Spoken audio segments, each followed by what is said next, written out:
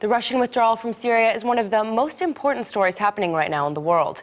Sometimes it's easy to forget that Syria is one of Israel's closest neighbors, and Russia's move could have some serious consequences for the Jewish state. A lot of people are asking why Russia is leaving and what it could mean for the region. I'm joined by Professor Alexander Bligh, who's the acting dean of social sciences at Ariel University. Thanks for coming in. Thank you. So first of all, why is Russia's withdrawal significant? It is significant because we're talking about the presence of a major superpower in our region, a superpower that actually injected some degree of stability into our region. Because if you remember, before their intervention in Syria, from time to time we had certain border clashes with the Syrians, with the rebels, etc. And so far, since they came here, so good. Why do you think Russia came to Syria in the first place? Oh, this is a good question. I think that we do not have a clear-cut explanation why they came in or how is it that they are going out. But I think that they came in order, of course, to support President Assad, a strong traditional ally of Moscow, Soviet Moscow, Russian Moscow. And I think that they're leaving not because they came to the conclusion that he is stable enough on his chair, but because they do not want to repeat the Afghanistan experience of the early 1980s. Obviously, this is only one possible explanation. There are many more explanations.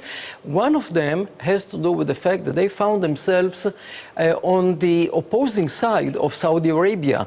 Now, let's not forget, Saudi Arabia and Russia, along with the United States, are the three major oil producers on earth. And Russia, Saudi Arabia share so many common interests that they just do not want to find themselves on the other side, let alone that the economy of Russia or the Russian economy is deteriorating.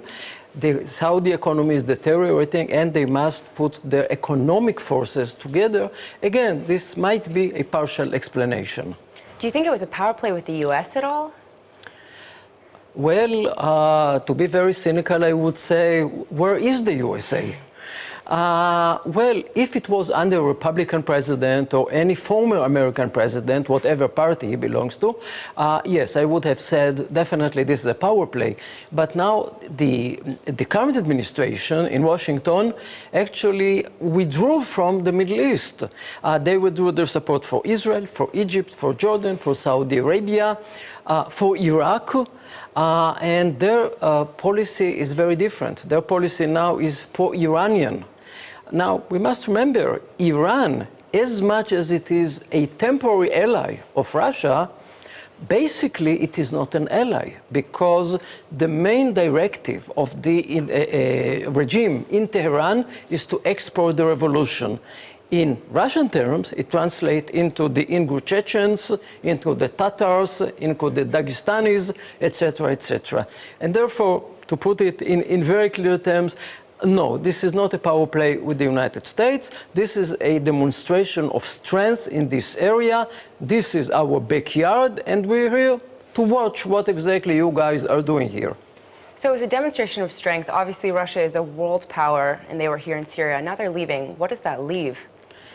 Well, I'm not sure about the term leaving. I believe that they are leaving only partially. At least these are the news reports that I have seen so far, that some units would stay behind.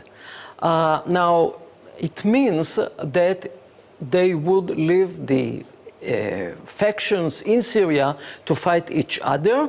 I believe that right now they're satisfied that it's not going to become a regional conflict. A regional conflict is against the interest of the Russians.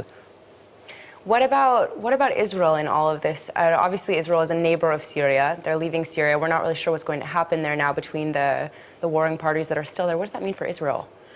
Well, I'm afraid that I will voice here a dissident position because most Israelis are saying, oh yeah, it's good that the Russians are leaving.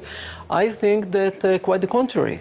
I think that we reached a degree of military coordination with Moscow never before achieved, which again has to be attributed to the fact that they came to Syria. More than that, there has been no major, serious border clashes between us and the Syrians since the Soviets or the Russians set foot in Syria. And moreover, without the United States to watch over all these regimes in the Middle East, I believe that we need a responsible adult to watch an eye. And Russia took upon itself that position. It seems like since Russia has been in Syria, people haven't been talking as much about the Islamic State and how it's progressing into Syria. Do you think that could change now that they're gone or somewhat gone? Well, this is really the $64,000 question, because we don't know if the Russians left because they feel that Assad is stable enough or because he's so unstable that there is no point in investing anymore. Well, they pushed back ISIS, I believe, in about 3,000 square miles, something like that. But there is no Syrian army at the moment, no organized, at least, Syrian army. And therefore, judging from what we have seen recently, yes, ISIS might start recuperating and reoccupying lands that they have lost in the past. Well, hopefully it'll turn out okay for Syria, Israel, and just the region in general. Thank you so much for coming in. You're most welcome.